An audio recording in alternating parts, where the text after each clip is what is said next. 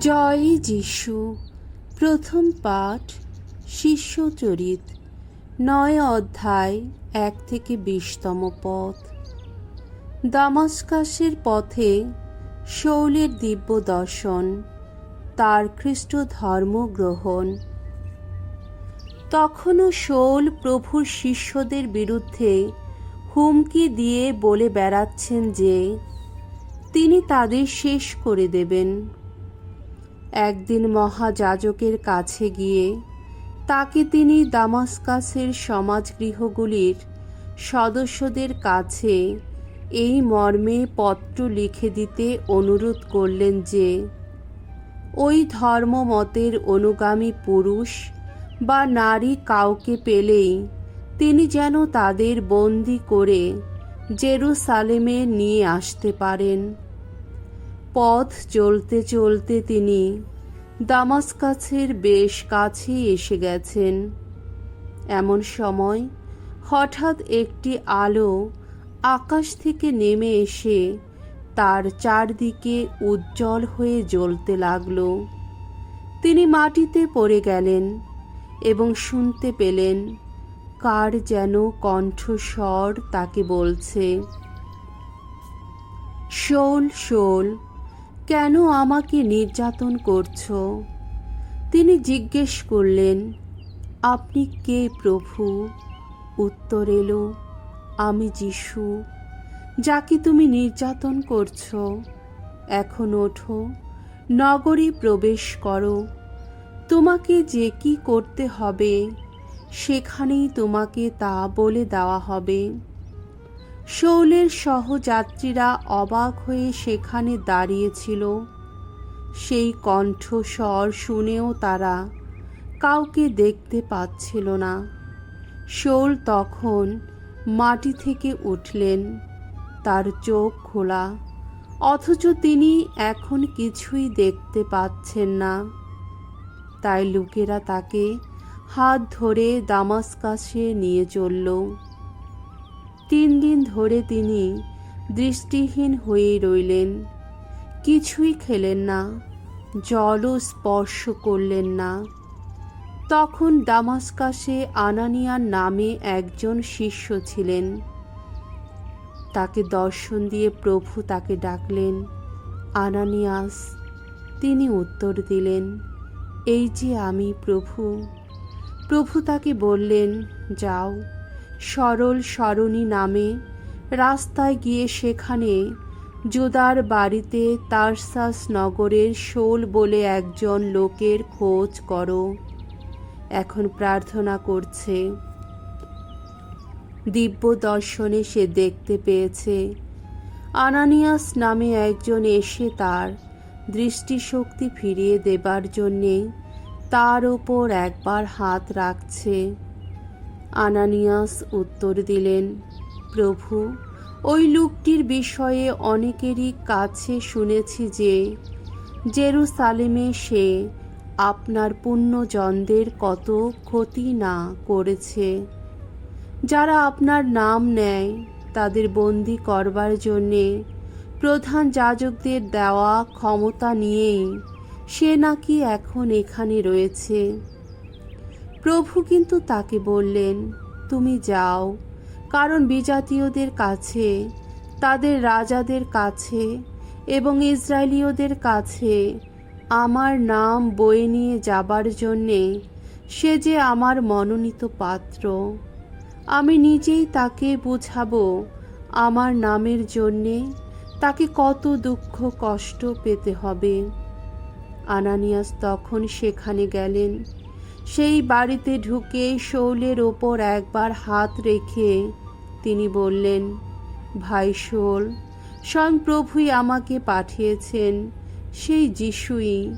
এখানে আসার পথে তুমি যার দর্শন পেয়েছিলে, আমাকে তিনি পাঠিয়েছেন তুমি যেন আবার চোখে দেখতে পাও এবং তুমি যেন অন্তর ভরে পবিত্র আত্মাকে পেতেও পারো। তখনই শৌলের চোখ থেকে আঁশের মতো কি যেন খসে পড়ল এবং তিনি আবার চোখে দেখতে পেলেন।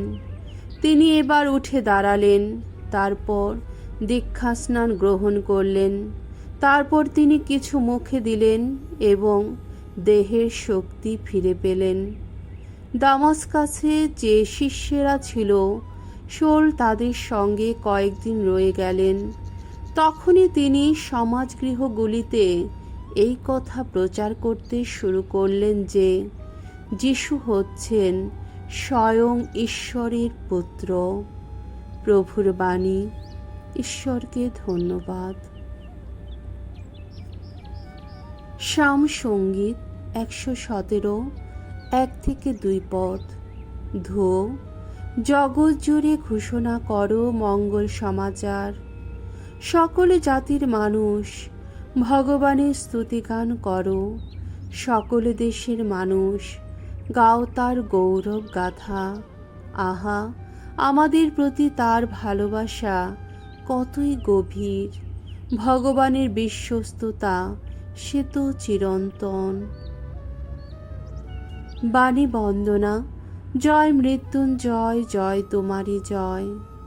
প্রভুর দেহ রক্ত পূর্ণ প্রসাদ রূপে যে করে গ্রহণ, সে প্রভুর মধ্যে থাকে অনুক্ষণ। প্রভু অন্তরে তার নিত্য থাকেন। জয় মৃত্যুঞ্জয়, জয় তোমারই জয়। মঙ্গল সমাচার। যোহন রচিত মঙ্গল সমাচার 6 অধ্যায় 51-59 পদ। প্রভু যীশু নিজেই স্বর্গ থেকে নেমে আসা সেই জীবনদায়ী খাদ্য। কাফারনাউম নগরের সমাজগৃহে যীশু একদিন ইহুদিদের বললেন, আমি সেই জীবনময় রুটি যা স্বর্গ থেকে নেমে এসেছে। কেউ যদি এই রুটি খায় তাহলে সে অনন্তকাল বেঁচেই থাকবে। আর এই যে রুটি আমি দান করব তা আমার নিজেরই মাংস।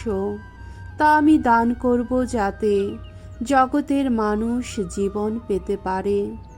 এতে ইহুদিদের মধ্যে একটা প্রচণ্ড তর্কাতর্কি বেঁধে গেল। তারা বলতে লাগলো, লোকটা কি করে ওর নিজের মাংস আমাদের খেতে দিতে পারবে? তখন যীশু তাদের বললেন, আমি তোমাদের সত্যি সত্যি বলছি, তোমরা যদি মানব পুত্রের মাংস না খাও আর যদি তার রক্ত পান না করো, তাহলে তোমাদের সেই জীবন পেয়ে যাবার আর প্রশ্নই ওঠে না।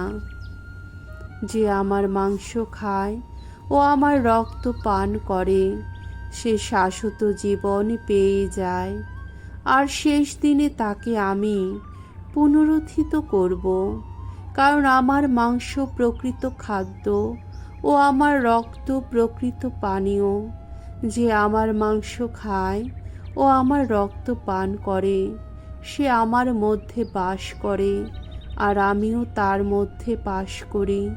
আমাকে যেমন পাঠিয়েছেন স্বয়ং জীবনময় পিতা, এবং আমি যেমন পিতারই জন্যে বেঁচে আছি, তেমনিভাবে আমাকে যে খায় সে আমারই জন্যে বেঁচে থাকবে। এমনই এই রুটি যা স্বর্গ থেকে নেমে এসেছে। তোমাদের পিতৃপুরুষেরা যা খেয়েছিলেন এই রুটি তেমন রুটি নয়, তারা তো মারা গেছেন। এই রুটি যে খায় সে অনন্তকাল বেঁচেই থাকবে। যীশু এসব কথা বলছিলেন কাফারনাউম নগরের সমাজগৃহে উপদেশ দেবার সময়ে। প্রভুর মঙ্গলময় বাণী। খ্রিস্ট প্রভু তোমার প্রশংসা হোক।